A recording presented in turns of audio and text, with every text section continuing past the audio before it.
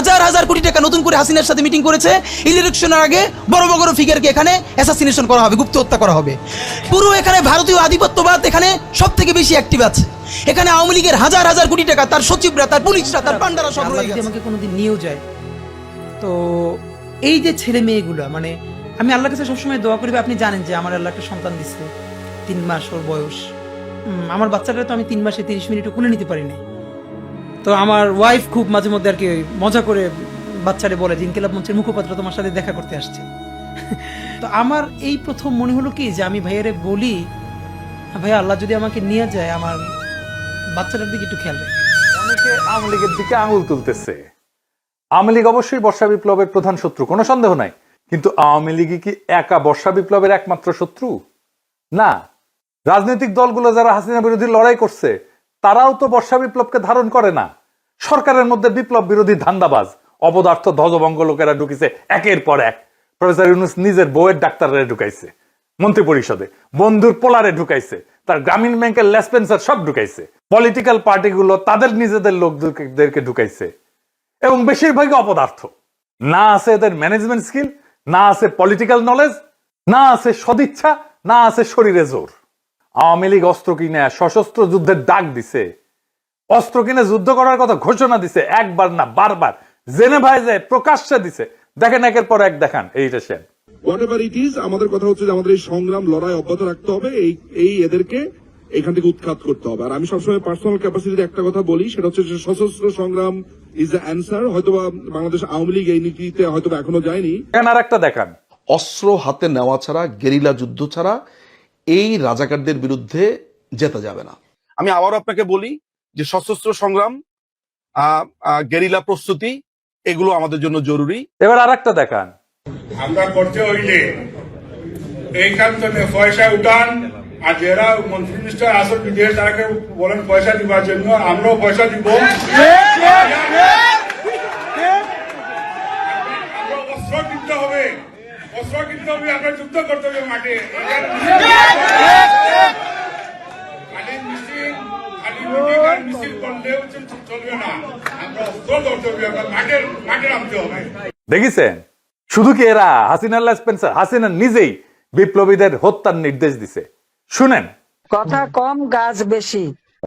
নেত্রী, আমাদের যে ভাই বোনদের হত্যা করেছে, আমরা অস্ত্র তুলে নিয়ে এদেরকে হত্যা করবো ইনশাল্লাহ আগামীতে।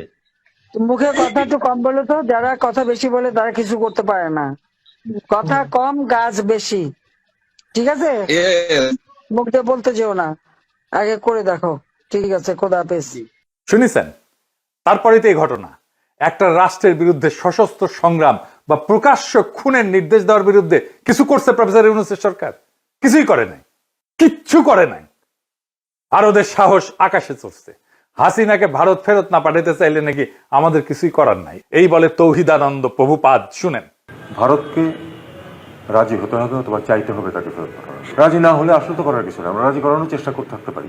এটুকু। যেটা প্রথমে যেটা বলছিলেন, এটা একটু প্রসেসের ব্যাপার আছে, প্রসেস তো চলছে, দেখা যাক আমরা কতটুকু অ্যাচিভ করতে পারি। শুনেছেন? এটারে বিএনপি ঢুকাইছে, দেখা দিলাম এটা উপদেষ্টা মন্ডলীতে। এতটাই অপদার্থ, করার কিছু নাই তো তুই উপদেষ্টা আসুস কেন? 111 আমলা ওরে বানাই দিছে মন্ত্রী, এরা গালাইলে ওর গায়ে মাখে না। এতটাই নির্লজ্জ, এতটাই ক্ষমতা লোভী। এদের দিয়া প্রফেসর ইউনূস ফ্যাসিবাদের আগমন ঠেকাবে। হ্যাঁ, কি আর কমো, বালটা ঠেকাতে পারবে। নির্বাচনের তফসিল ঘোষণা করছে না, দেখেন কি ভয়াবহ রক্তপাত হয় এই পুরা নির্বাচনী সময়। কিছুই ঠেকাইতে পারবে না, কেউ তো কথা শোনে না, আমলারাও কথা শোনে না। ক্ষমতায় বসেছে, রাষ্ট্রযন্ত্রের উপরে কোনো নিয়ন্ত্রণ প্রতিষ্ঠা করতে পারে নাই এই 2 বছরে। এত সাপোর্ট দিয়ে গেছে, কোনো স্যাদব্যাদ নাই। আচ্ছা বলেন, এনএসআই, ডিজিএফআই যদি না জানে কারা ঢাকা 8 আসনের প্রার্থী শরীফ ওসমান হাদিকে হত্যার উদ্দেশ্যে গুলি করছে, তাহলে এই সংস্থাগুলো বন্ধ করে তো দিতে হবে। এগুলা রাখার যুক্তি কি? এই সংস্থা দুইটার প্রধানদের আজকে তো বিদায় করে দেওয়া উচিত। এরা কিছুই করতে পারবে না। জাতীয় নিরাপত্তা উপদেষ্টা একজনকে বানাইছে। হ্যাঁ, অনেকে বলে আপনার গুরুজন, ওনারা নিয়ে ভিডিও টিডিও বানিয়েছেন, ওনারে আবার তা আমি কি করব? যে যায় লঙ্কায় সেই তো হয় রাবণ। সে ক্ষমতা উপভোগ করিচ্ছে আর বিএনপির সাথে ঘুটু করিচ্ছে, যেন বিএনপি তাকে পররাষ্ট্রমন্ত্রী বানায়। হাদিকে খুন করার এই ভয়ঙ্কর অপারেশনে যারা যুক্ত ছিল তাদেরকে গ্রেপ্তার করে বিচারের আওতায় না আনতে পারলে প্রফেসর ইউনূস সরকার 12 ফেব্রুয়ারি জাতীয় নির্বাচন সম্পন্ন করতে পারবে না, লিখে রাখতে পারে। বর্ষা বিপ্লবকে কোনোভাবে মেনে নিতে পারেনি কায়েমি গোষ্ঠী। আর এক দল আছে বর্ষা বিপ্লবকে বিপ্লব বলে স্বীকারই করতে চায় না, বলে এটা অভ্যুত্থান। এটা অভ্যুত্থান নাকি বিপ্লব খুব নির্দোষ বিতর্ক বইলা মনে হয় না, কিন্তু এখানে লুকায় আছে হাদির গুলি খাওয়ার নিশানা। আসেন সেটা বুঝে দেখি।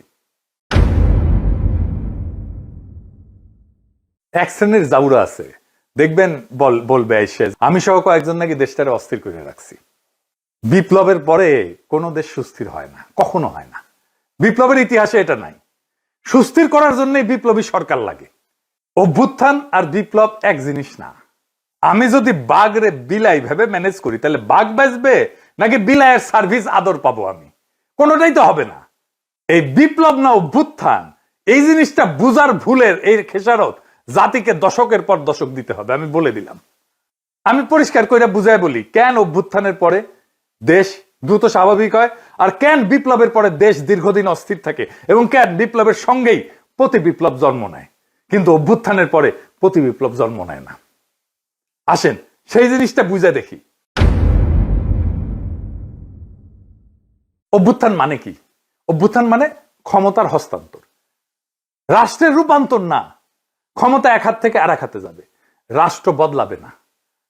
অভ্যুত্থানে বদলায় কে শাসন করবে, কিন্তু বদলায় না রাষ্ট্রের কাঠামো, আইন, আদালত, ব্যুরোক্রেসি, সেনাবাহিনী, তার কর ব্যবস্থা, আন্তর্জাতিক চুক্তি।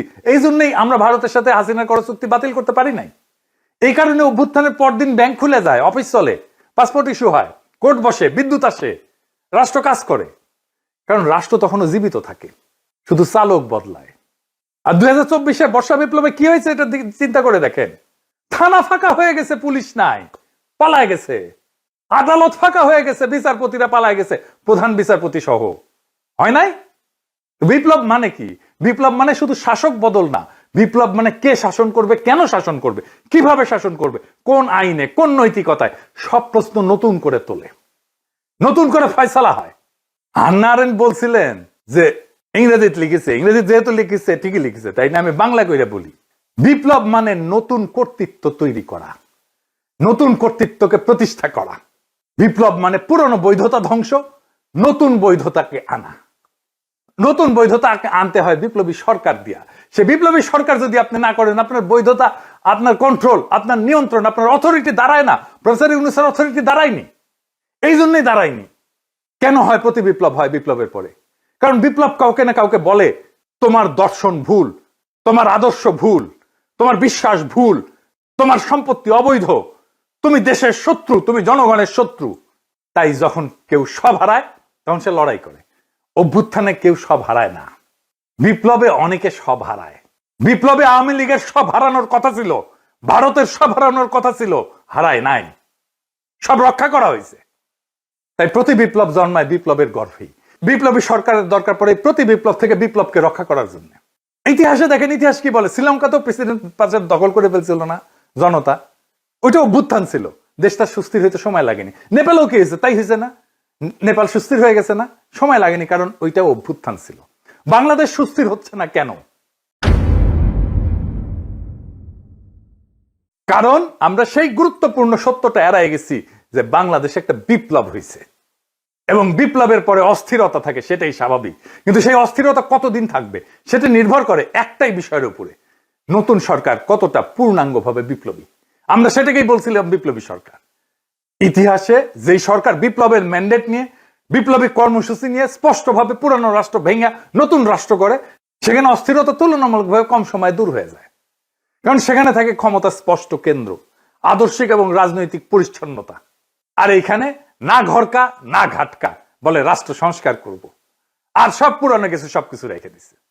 রাশিয়ায় 1917 সালে বিপ্লব হয়েছে, অস্থিরতা ছিল কিন্তু দ্রুত নিষ্পত্তি করে ফেলছিল বলশেভিকরা। অস্থিরতা দীর্ঘ হয়নি, যুদ্ধ ছিল কিন্তু দ্বিধা ছিল না। চীনেও কমিউনিস্ট সরকার পুরনো রাষ্ট্রের সঙ্গে আপোষ না করে নতুন রাষ্ট্র গড়ে তোলে। এইটাই বিপ্লবী চরিত্র, দ্রুত রাজনৈতিক স্থিতিশীলতা এনে দেয়। ভিয়েতনামও একই কথা। কর্তৃত্ব প্রতিষ্ঠা করতে হয় বিপ্লবী শক্তিকে। অন্যদিকে সরকার যেখানে না ঘরকা না ঘটকা, আধা বিপ্লবী, পুরানা এলিট আর নতুন শক্তির মধ্যে দোদুল্যমান, সেখানে অস্থিরতা লম্বা হয়। তাই হয়েছে প্রফেসর ইউনূসের সরকারে। পুরনো এলিট আর নতুন শক্তির একটা কোয়ালিশন হয়েছে। ফ্রান্সে বিপ্লব হয়েছে 1789 সালে। এরপরে দশক ধরে অস্থিরতা চলছে। মূল কারণ ছিল বিপ্লবের প্রশ্নে স্পষ্ট সিদ্ধান্তের অভাব। অর্থাৎ সমস্যাটা বিপ্লব না, সমস্যাটা হইল অসম্পূর্ণ বিপ্লব, বিপ্লবের পরে কর্তৃত্ব প্রতিষ্ঠা না করা। প্রফেসর ইউনূস কর্তৃত্ব প্রতিষ্ঠা করতে পারে নাই আমাদের অনেক সাপোর্ট সত্ত্বেও। যত বেশি বিপ্লবী সরকার হয় তত দ্রুত ক্ষমতার প্রশ্ন মীমাংসিত হয়, তত দ্রুত দেশ স্থিতিশীল হয়। বিপ্লবকে যে থামাই দেয় যায় সরকার, অস্থিরতা তার পিছু ছাড়ে না, প্রফেসর ইউনূসেরও পিছু ছাড়বে না। কিন্তু বিপ্লব যে সম্পূর্ণ করে, স্থিতিশীলতার তার অনিবার্য ফল। আজকের অস্থিরতা, অরাজকতা সবকিছুর দায় ওই ছাত্রদের, যারা প্রফেসর ইউনূসের সরকার বানাইছে। এডিটর সাহেব, প্রফেসর ইউনূসের পেছনে ছাত্রদের ছবিটা দেখান, কারা কারা আছে। এই সব কয়টার দায়িত্ব এটা, এরাই প্রফেসর ইউনূসের সরকার বানাইছে। এই দায় নিতে হবে, ছাত্রদেরকে নিতে হবে, ওয়াকারকে নিতে হবে, রাজনৈতিক দলকে নিতে হবে, আসিফ নজরুলকে নিতে হবে, যারা এই সরকার গঠন করছে, সবার এটা দায়। এখন শেষ প্রশ্ন, কেন হাদি গুলি খায়, অন্য কেউ না? এর কারণ হাদি শুধু জুলাই বিপ্লবী না, হাদি একজন আপাদ মস্তক ভারতীয় আগ্রাসন বিরোধী। ভারতীয় আগ্রাসন বিরোধী হয়ে বাংলাদেশে বাইসে থাকাটা মুশকিল। প্রেসিডেন্ট হইলেও বাইসে থাকা যায় না। জিয়ারে মরতে হয়েছে না, ইলিয়াস আলীকে মরতে হয়েছে না, সালাউদ্দিন কাদের চৌধুরীকে মরতে হয়েছে না, জামাত নেতাদেরকে মরতে হয়েছে না, আবরারকে মরতে হয়েছে না, হাদিকে নিয়ে কম কুৎসা রটনা করা হয়েছে। দেখেন এই মালটাকে চিনতে পারেন কিনা দেখেন। জুলাই গণ অভ্যুত্থানে হাদির অবদান কি দেখতে হবে না? এই গণ অভ্যুত্থানের সময়ে, গণ অভ্যুত্থানের পরেও হাদি নামে কাকে মানুষ চিনত না। শুনিছেন এই বাটপারকে বিএনপি কোলে তুলে রাখে। বিএনপি যা যা করতে পারে না, বলতে পারে না, এই বাটপারকে দিয়ে করায় আর বলায়। এটা বিএনপির মাস্তান, এটা বিএনপির ভার্চুয়াল মাস্তান। হাদিকে নাকি সে মাঠে দেখে নাই।